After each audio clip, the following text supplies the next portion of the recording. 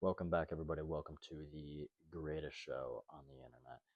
Here, we talk Chelsea, and that's what we're going to do today. We're going to get into some transfer rumors, as always. Can the season just start? I'm getting really bored and tired of these transfers. Let's just sign some players, and let's get to the season. I'm ready to play.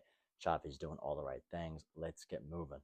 Anyway, to start us off today, we got to talk about Enzo Maresca. What is going on with that man? So, I've seen the official posts of Chelsea Football Club. He's been thinking about going to Man City. He's been talking to Man City, speaking of taking over Pep Guardiola's job all the way in August. So it's not looking good. All right, like this man, you look like a snake now, and he's coming out apologizing, whatever. Sorry, I left mid-season. I don't care, Enzo Maresca. I don't care anymore. We have upgraded on you. It doesn't matter. I'm glad you are gone now. See ya. Like the man knew he was going to be getting the City job in August, and then he decides he's just going to leave halfway through the season. I don't understand what was going through his brain there. I don't know why he wouldn't have just left maybe in August. He heard late August.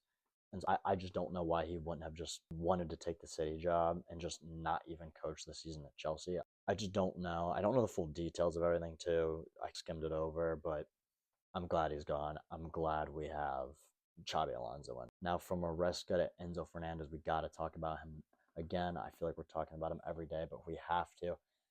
Could Enzo Fernandez be staying at Chelsea FC now? It's possible. There's been nothing between Madrid and Chelsea related to the fee. Obviously, Real Madrid know the fee we're going to be asking for 120 million is book value, but if Morgan Rogers is going to be 160 and Elliot Anderson is going to be what 115, 130, Enzo's asking price should be like at least like 100 million or 150, like 200 million. Like should be so much. Elliot Anderson is going to go for that much. Enzo Fernandez is worth so much more than Elliot Anderson. So I'm trying to think, are Madrid trying to sell first, and that's why they haven't had any club talks? Because I'm seeing reports. I follow a bunch of Madrid accounts. I've said that before on this channel. Are Madrid wanting to raise funds than to get Enzo? That could be the case, and that's why we might not be seeing much yet between the clubs. I'm really not too sure. At this point, though, like we know Enzo's to go, so do I want him to stay at the football club? If Enzo and the team can get past him wanting to go, and if at this point he's going to have to stay, I really hope like the club and players aren't going to be at a loss and Enzo's just going to hate life. He's going to be like, bro, like I don't go. Like now I want like 300 million a week.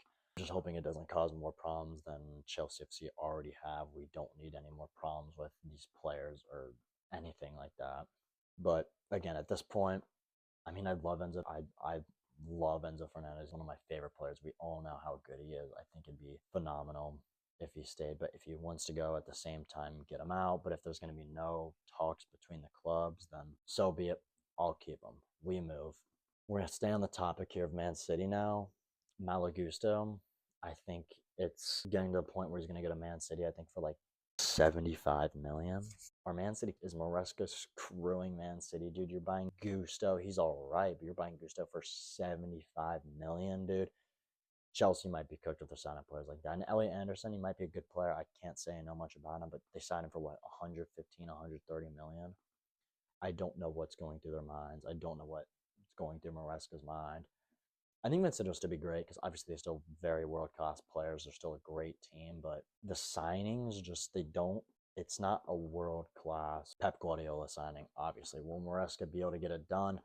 I don't know, but it also terrifies me because if City's not going to be as good, Arsenal are probably looking at another league. Obviously, unless Chelsea can really push up, but if not, Arsenal are looking at another league title, and I think Chelsea should be up there. I don't think we needed to be at the scraps of, oh, we won Champions League football. I think Chelsea need to be to the point where we are trying to win the league with under Xabi Alonso. And if we have him and he's getting these signings he wants, like Xhaka, who we're about to talk about, and this left back that apparently I'm just hearing rumors about really recently that we'll probably discuss in another video if that progresses further.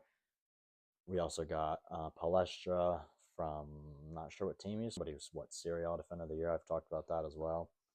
We're making great signings. And even when we make young signings like Palestra, yes, again, Palestra's 21, but he's got experience and he has accolades to prove that he's a good player. Anyway, Gusto for 75 million. If you want him for 75 million, take him, bro. I would gladly get rid of Gusto for 75 million, even though I really liked him under Pochettino. Get him out if it's going to see 75 million. We move.